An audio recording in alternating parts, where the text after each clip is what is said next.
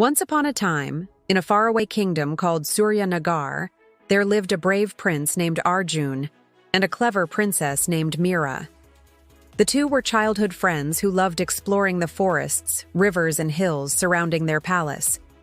Prince Arjun was strong, fearless, and skilled with his sword, while Princess Mira was intelligent, quick-witted, and could speak to birds, animals, and even the winds.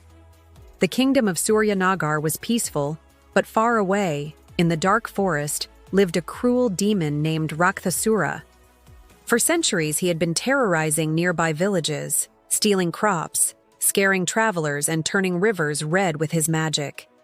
The people of Surya Nagar had lived in fear, but the king and queen, Arjun and Mira's parents, were determined to find a way to stop him. One bright morning, a mystical white dove flew into the palace courtyard, carrying a golden scroll. Princess Mira carefully unrolled it.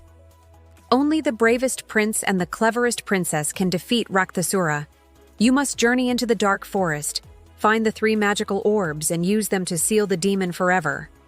Prince Arjun clenched his fists. I will go. Mira, will you come with me? Princess Mira nodded. Together, we are stronger than any demon. Arjun and Mira packed their provisions: bread, dried fruits, and a silver dagger with a lion carved on its hilt.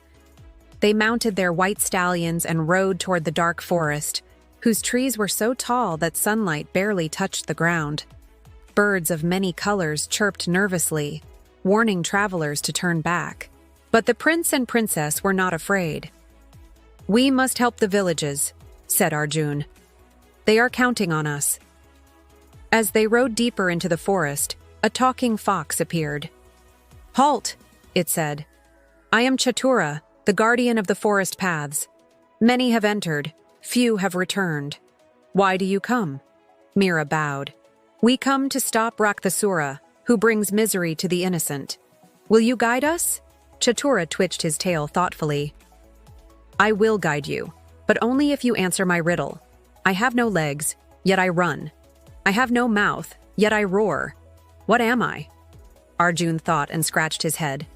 Mira smiled. A river, she said. The fox nodded. Clever princess, follow me, but beware. The demon knows all who enter. Chatura led them to a hidden cave where the first orb rested on a pedestal. It glowed blue, shimmering like the sky. As soon as Arjun touched it, a voice boomed. Only those with courage and kindness may take me. Arjun smiled. We will protect the weak and fight evil. That is our vow. The orb rose into his hands, and the cave trembled. 1 orb secured, 2 more remain. The second orb, green as the forest, lay at the bottom of the silver lake. No one could swim through the icy waters, but Mira whispered to the water spirits. The lake rippled, and a path of floating lilies appeared. Carefully, she stepped across and picked up the orb. The forest approves your cleverness, the spirits said, bowing before her. The last orb, red as fire, rested on a volcano in the heart of the dark forest. Rakthasura had surrounded it with a wall of flames and shadows. Arjun gripped his sword. We face the demon now. Mira took his hand. Together, nothing can stop us. Rakthasura appeared with flames in his eyes and horns curling like black lightning. Fools, you dare enter my forest? He roared. Arjun stepped forward, sword gleaming. We dare to stop your terror. The demon lunged, and the battle began. Mira shouted incantations she had learned from talking to the winds. Arjun struck with his sword, deflecting fireballs. Birds, foxes, and water sprites from the forest came to help, distracting the demon. But Rakthasura was cunning. He tried to swallow them in a shadow. Mira's quick thinking saved them. She tossed the blue orb into the shadow, which glowed and turned it into sparkling dust. The demon screeched in rage. Now, the green orb! Mira shouted. She threw it at the ground, and magical vines sprouted, binding Rakthasura's hands. Finally, Arjun raised the red orb, chanting the words inscribed on the golden scroll. A fiery light engulfed the demon.